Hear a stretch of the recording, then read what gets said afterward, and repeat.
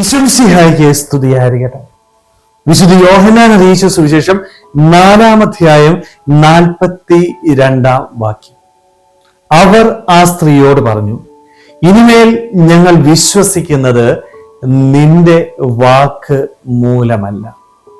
സമരിയാക്കാരി സ്ത്രീയോട് ആ ജനക്കൂട്ടം പറയുന്ന മനോഹരമായ വാക്കാണ്, ഇനി ഞങ്ങൾ വിശ്വസിക്കുന്നത് നിന്റെ വാക്ക് മൂലമല്ല.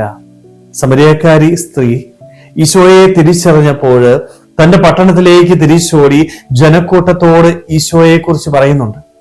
ഈശോയെ കുറിച്ച് കേട്ട ആ ജനക്കൂട്ടം മുഴുവൻ ഈശോയുടെ സന്നിധിയിലേക്ക് ഓടി വരികയാണ്.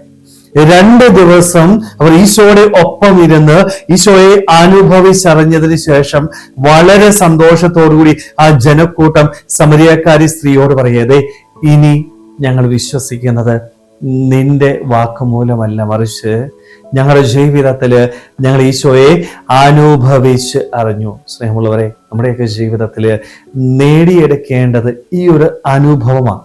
പലപ്പോഴും ഈ ഒരു അനുഭവം നേടിയെടുക്കാനായിട്ട് നമ്മൾ പരാജയപ്പെട്ടു പോവുക.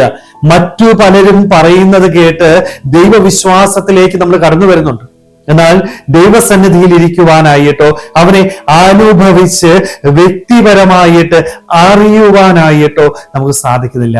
വ്യക്തിപരമായിട്ട് ഈശോയെ അറിയാത്തിടത്തോളം കാലം നമ്മുടെ ജീവിതത്തില് നമുക്ക് ഒരിക്കലും അവനില് അടിയുറച്ച് വിശ്വസിക്കാനായിട്ടോ അവനെ ആത്മാർത്ഥമായിട്ട് സ്നേഹിക്കാനായിട്ടോ സാധിക്കുന്നില്ല.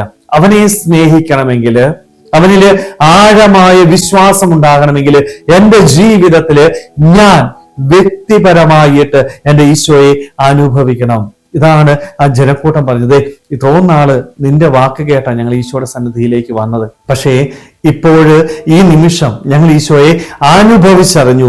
അതുകൊണ്ട് ഇനി നിന്റെ വാക്ക് മൂലമല്ല, മറിച്ച് ഞങ്ങളുടെ ജീവിതത്തില് ഞങ്ങൾ അനുഭവിച്ച ഈശോയെയാണ് ഞങ്ങൾ പ്രഘോഷിക്കുന്നത്.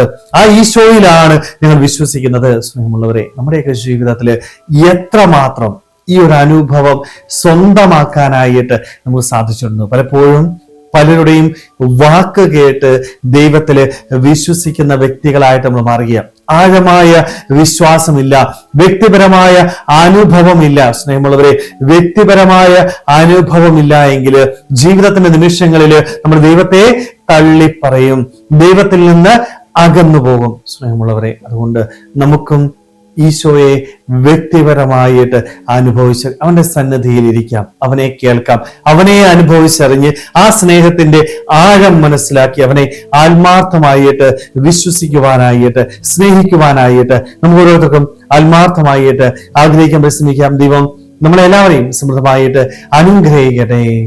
ആമേൻ.